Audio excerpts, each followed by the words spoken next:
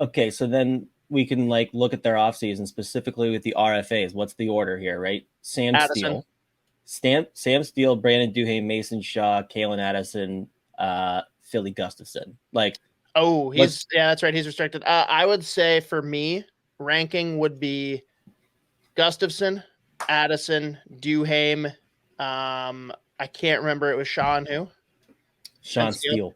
Steele won't even be with the team anymore. They're gonna either waive him or find someone that's willing to trade for him, which isn't likely. So Steele isn't even on the list in my opinion, but I guess we can put him 5, Shaw at 4. And that's not to discount that I do think that Shaw's a guy that you need to get done, but the other 3 in order I think are pretty pivotal.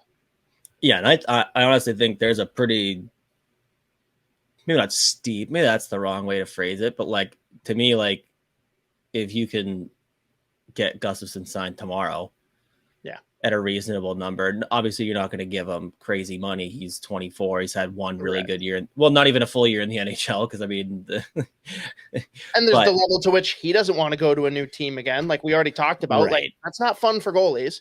Um, right, I mean, my viewpoint, man, is if we can keep it somewhere in the range of like 4.5 for him and Addison, both on mm-hmm. 2 or 3 year deals, depending on what they're open to. I think if you can get the 2 of them done in that wiggle room based on what's coming off the cap, that still leaves you a little bit of room to give lower deals to the Duhames and the Shaws, assuming you're bringing them back versus trading them. But Mm-hmm. I think like you look at Gustafson, somewhere between 1.5 and 2 for 2 years, his chance to be comfortable here, prove it. And if he does well enough, boom, free agent, he can get big bucks with us or someone else. And guess what? We can pay him at that point too. So like I think 1.5 to 2 is reasonable for him. Addison, I got no fucking clue with some of the games that they're playing with him right now, but I would think same type of deal, like 2-ish, maybe 2.5, 2 years, gets us through the buyouts and gives him a chance to like show that he can grow his defensive game and continue to dominate quarterback in the power play. Like, because if Yeah. the Wild aren't willing to pay you by then because there is a deep prospect pool, great. Someone else is going to pay you big bucks. Mm-hmm. Yeah, and I mean, I'll be curious to see. I can never figure out like what the second contract is ever going to look like for goalies. It makes no sense to me. But again, if you can get them for like, you're not going to give them 4 or 5 years. No. You're not going to give him big dough. But so if he can, you know, lock him in for a couple of years at a reasonable number, um, that's going to give you another year for Wallstedt just to do his thing in the AHL.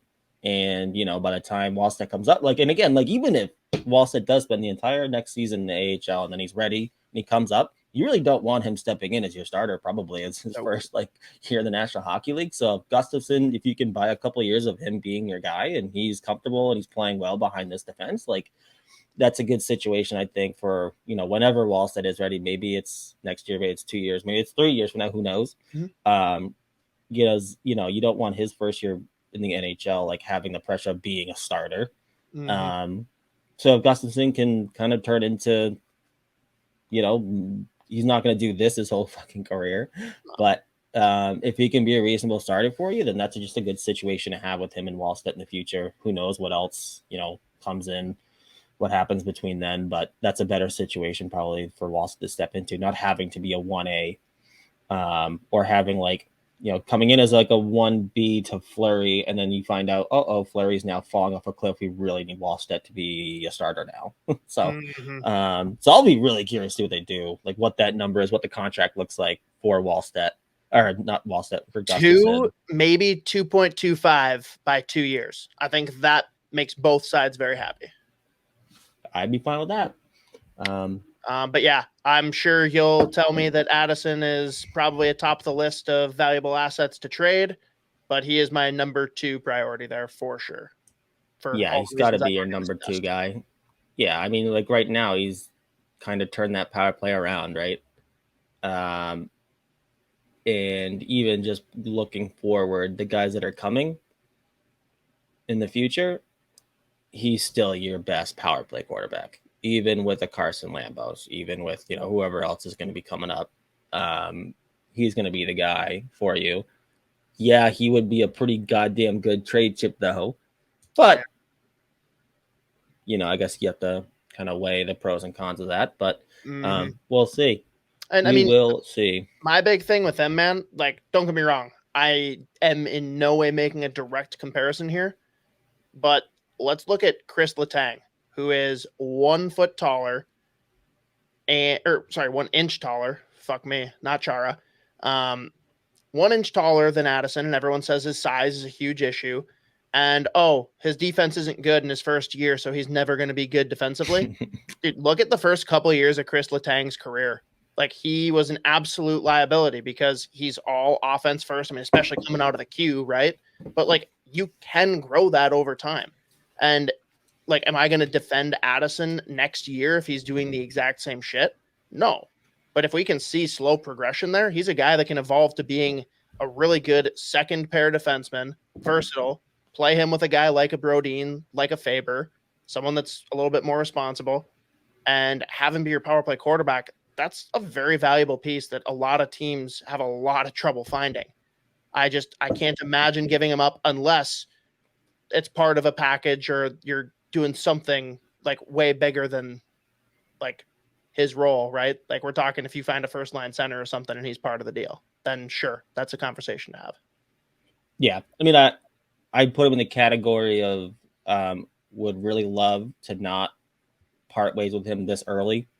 Or really, I mean, at this point, there's not many positive situations where he gets moved, but I wouldn't necessarily put him in like the untouchable category. Sure. And I look at the other RFAs, I love Duhaime and I love Mason Shaw. I still like Sam Steele. I don't really know how much more there is to him in the NHL. You look at Russo though, like he's pretty adamant, like, kid's done. Yeah. He's cooked, which I don't know how you fall out of grace that quickly. Yeah, it's crazy.